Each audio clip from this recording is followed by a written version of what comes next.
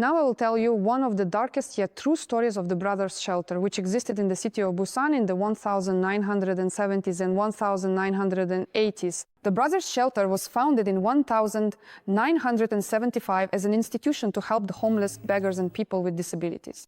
And on paper, it looked like a charitable organization that was supposed to care for the most vulnerable members of society. However, the reality turned out to be much darker. The owner of the shelter, Park Seung-jae, and his staff turned this place into a real hell.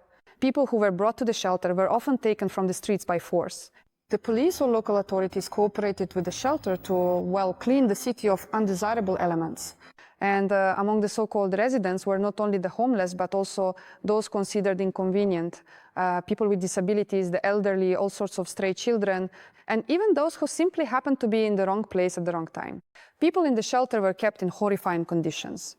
They were forced to work to exhaustion on construction sites, factories, and farms that belonged to the shelters. And there was a catastrophic shortage of food and water. At the same time, medical care was, well, non-existent. And those who tried to resist or attempted to escape were brutally beaten and tortured.